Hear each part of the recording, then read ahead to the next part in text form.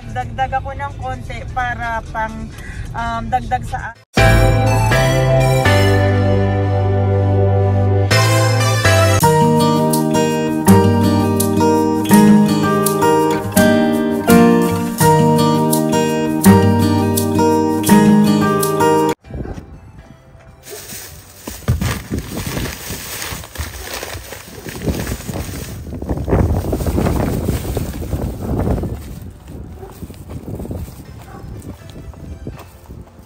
Guys, nandito na ako sa bahay, kadarating ko lang, pero magpapahinga muna ako. Hindi magpapahinga, magluluto pala muna ako dahil magluluto ako ng dinner kasi gumagabi na dito. Pagkatapos kong magluto, tsaka ako mag-uumpisa ng paglagay ng ating pang-anim na balikbayan box. But anyway, I'm going to cook fried rice. So yun ang gagawin ko, yun ang aming dinner.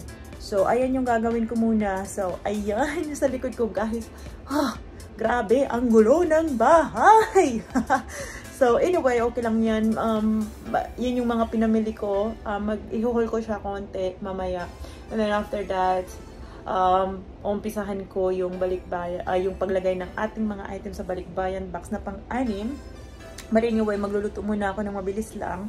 And then after that, I'm going to haul that items, and then maglalagay na tayo ng mga items sa umpisa na natin ang ating paglagay ng mga items sa balikbayan box. So ayan guys, I'll be back again later. Bye for now. Hi guys, I'm back na po. Katatapos ko lang magluto at kumakain na yung aking mga mahal sa buhay. So almost 10 o'clock na po guys, kasi pagkatapos ko magluto, nagpahinga muna ako ng konti para meron naman akong energy. So mabilis lang bago ko umpisahan yung paglalagay ng mga items ko sa ating pang-anim na balikbayan box. Guys, yes, nag-anim na po ako kasi ang aking mga chocolate at yung mga binili kong slippers na magagamit talaga nila ay halos hindi ako naglagay. Yung slippers, wala pa talaga akong nilagay. Yung mga chocolate, ilang pack lang ang nalagay ko sa parang pang-tatlo yatang balikbayan box yung nalagyan ko, nilagay ko lang sa taas. So, sayang naman, and I don't want to waste it, I don't wanna waste this chocolate because it's, I think, June ang expiration nila ng mga chocolate na to. So, sabi ko, sige na lang, okay lang, sige, para maipadala ko lahat. Sayang naman. At yung mga slipper din, hindi ko pa siya nalagay. Tapos, syempre, yung iba pa na aking pwedeng ilagay, meron pa kasing mga natira akala ko maglilima lang ako, pero hindi pa pala.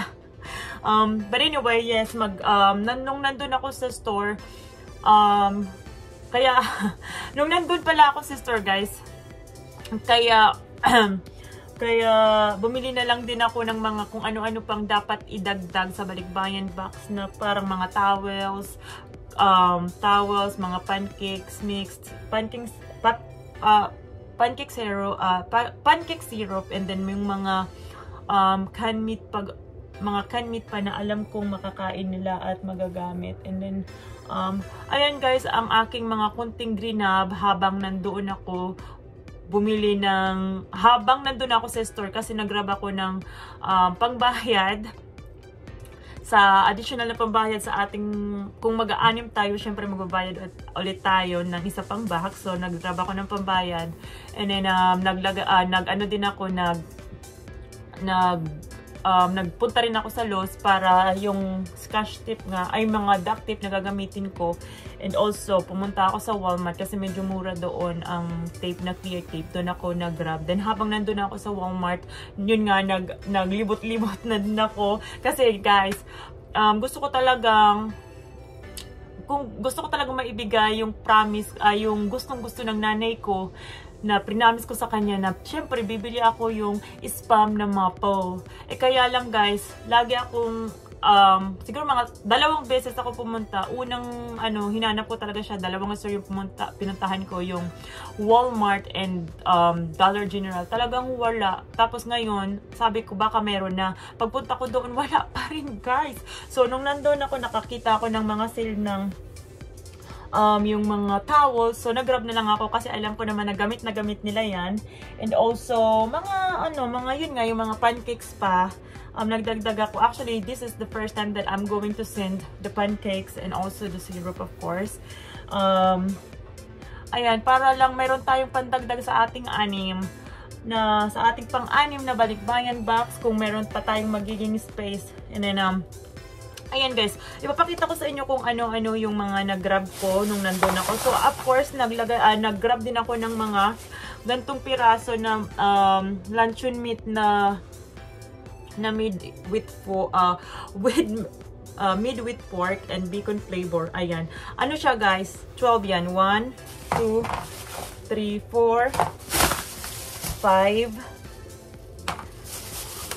6, 7, 8, 9. Ayan, 9 lang siya guys, yung grab ko kasi meron akong clip ng video kasi wala nang hanggang 12, hanggang 9 lang talaga siya kasi dapat 12 ang i-grab ko, kaya lang hindi na umabot, 9 na lang. And then nagdagdag na lang ako ng another 3 pieces of this one na luncheon meat para maging saktong 12. Ayan, luncheon meat naman na original. Ayan.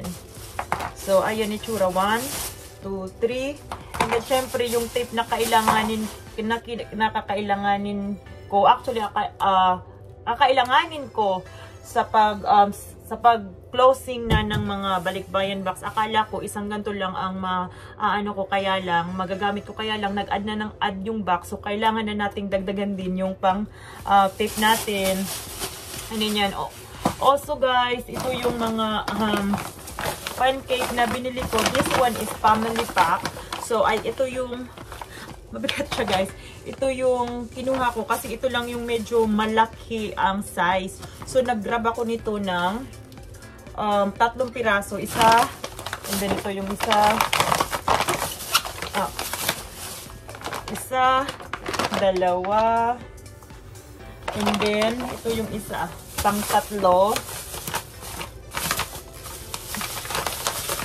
Ayan, pancake mix na siya. Ang gagawin lang nila nito ay mag-a-add lang sila ng tubig and then hahalo nila. Tapos lutuin na. Tapos maglalagay sila ng syrup na ipapadala ko pa rin sa kanila. Ayan, meron na silang, makakatikim na sila ng pancake. So, ayan. Meron tayong 3 na ano siya guys, family pack na. So, medyo marami-rami ang laman nito. And then, ito yung, ito naman yung syrup ng aking pancake mix na binili. So, I have 3 pieces. Actually, 4 sana na medyo maliliit yung bibilhin ko. Kaya lang, parang sugar free. So, walang binalik ko para maiba. Ayan, para hindi ko mabili. Buti na lang talaga pinakita ko sa aking asawa. Sabi niya, ay hindi yan, sugar free. Oo nga pala kasi nagmamadali nga kasi ako. Grab lang ako ng grab. Hindi ako nag-paying attention. Kaya ayan, buti na lang talaga nakasama ko ang aking asawa. And ayan yung mga binili ko. So, 1, 2, ito na lang ang aking ibibili. Ito na lang ang aking binili para sa aking pancake na ipapadala. So, meron akong 1, 2, and 3. So, ayan. Bawat isa ay 3. Bawat isang pancake mix, meron isang syrup. And guys, pasensya na. Dito lang talaga ako dito lang pala ako nag-haul kasi super wala ng space. At saka doon sa medyo loob namin, medyo madilim. Ito lang talaga yung yung light, medyo okay. So, ayan. Pero okay lang yan, guys. So, ayan, meron tayo ng pancake syrup. Tapos, ayan, meron naman tayong ito, guys. Itong hot cocoa. Ayoko sanang bumili nito. Pero, sabi ng aking asawa, sige, okay lang ako na magbabayad. Sabi niya, ako na magbabayad ng iba dyan. So, ayan, ito yung binayaran niya. Kasi gusto niya sigurong mapadala din yung ganito na meron na akong actually, ang dami ko ng Swiss Miss na pinadala. Pero, walang mga, marshmallow. So, ito yung Greenup. And this one is, I think, almost $5. $4 something. $4.99. I'm not sure. Hindi ko na tinignan yung mga pricing. So, ayan ang binili ko. Ito ang pinili niya na kunin ko. So, I have 4 nito. 1. And then, we got 2. And then, 3. And then, 4. Ayan, meron tayong 4 na milk chocolate flavored hot cocoa mix with marshmallow. Ayan, ipapatikim natin sa pamilya ko sa Pilipinas, which actually guys, hindi ko pa siya natikman. Pero alam naman natin ang ano na ng hot cocoa, parang may idea na ako yung lasa. But anyway, yes, ayan, meron tayong 4. And then yun nga guys, dahil nakita kong meron silang sale ng towels. Sabi ko, uy, maganda din to pandagdag. So, nagbili na lang din ako ng, actually, kung makikita nyo yung, yung clip, isa na lang tong red. So, Greenup ko na. At saka dalawa na lang yung black. So, itong klaseng mga towels, ayan, magdagdag tayo. Magpadala tayo ng towels. I know na maraming towels sa Pilipinas, pero iba pa rin ang handpick ni Jen. Ayan. Iba pa rin ang handpick. Ito talaga ay pinili ko. Hindi naman pinili. Yung parang yung gusto ko na pinili ko para ipadala ko sa kanila. So, I know that there's a lot of towels or whatever in the Philippines, but you know, it's always the same. If yung meron kang, yung galing talaga sa'yo, yung ikaw nag-handpick, ikaw yung nag-wrap, ikaw yung naglagay sa balikbayan box, ganoon. So, ayan. And I know na gamit nila to. So, I have 5 of this. I think 2 gray, and then I got 1 red, 2 gray, and 2 black. So, ayan ang isa. Ito yung red. And then, ito naman yung black, guys. Dalawang black. Ito, at saka, itong isa. Ayan, we got 2 black color na towels. And also, I have 2 gray. Meron naman, guys, puti. Kaya lang, madumihin. Hindi ko na yun binili.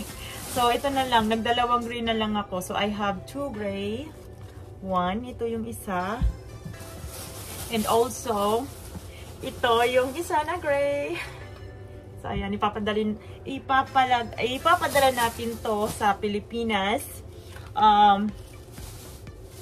Para meron tayong pang dagdag na super use nila sa Pilipinas. Magagamit nila. And then also, ano pa ba? Ano pa? Yan. Ang last natin, guys, itong mga towels. This one, guys, I think itong mga to is $3.50 something. 53 something cents. But the